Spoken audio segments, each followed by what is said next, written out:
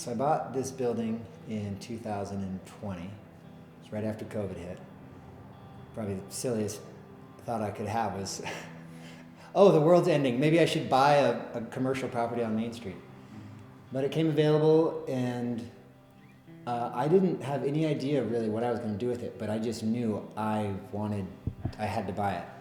And so we did the walkthrough. It was a completely different space. We had 5 rooms down this side, this tiny little narrow hall, drop ceiling, super low ceilings, fluorescent lighting, and we spent 3 years just fully demoing everything.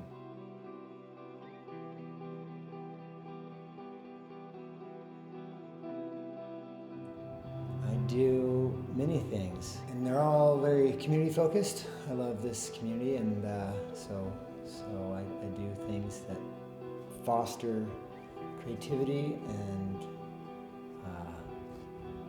access to nature and inspiration.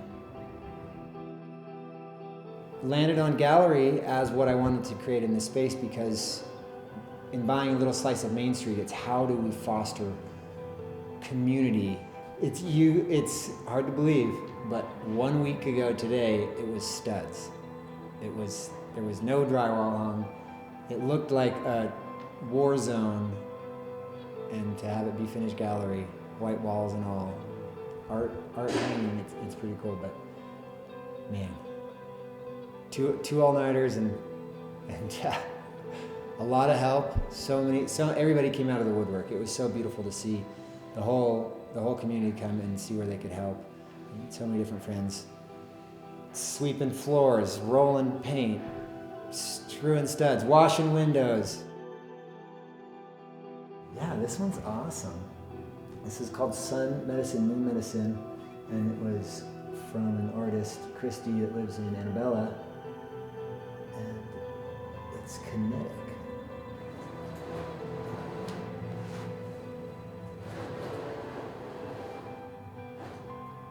And I believe she found this on the beach. It's all assemblage, found materials, and she found this on the beach somewhere. Kind of cool.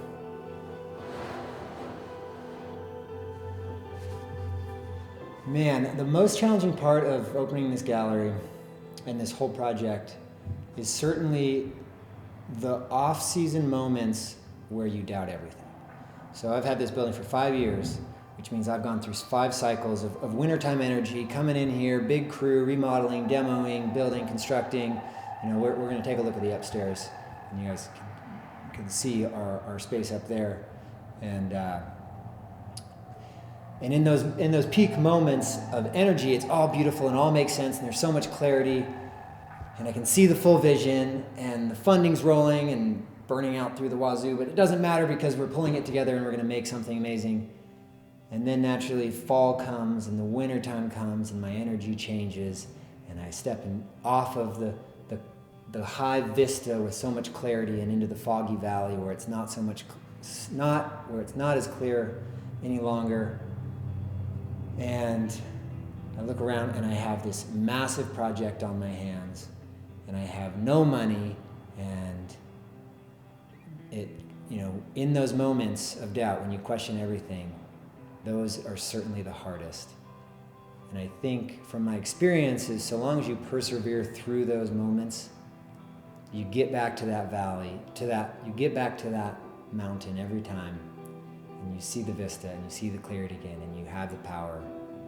And so, understanding that life has these waves, and when there's those low points, it's okay to be there and to push through.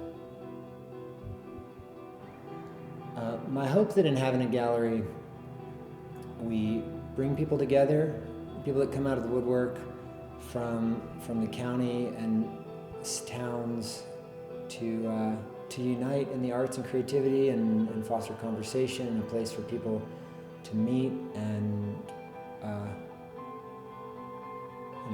coalesce and possibly have conversations that could change their lives together. I think we're at Richfield, Sevier County. We're a blue-collar town that doesn't put its main focus our value on the arts. And I think I want to break that mold a little bit, or help, do my part to break the mold, to think that art has to just solely be a painting on the wall of a gallery. I think that's limiting. Not everybody has that skill set. But from my perspective, it's all art. I mean, the guy turning the wrench, mowing the field, feeding the cattle, it's all an art form. And I think if we can look at our lives creatively, it's so much more fun, and it's so much more passion-driven. And inspiring creativity and passion-driven lives is what I'm all about. So the sculpture that I'm bringing to this show is the gallery space. This entire building is my sculpture, my living art installation, my immersive experience.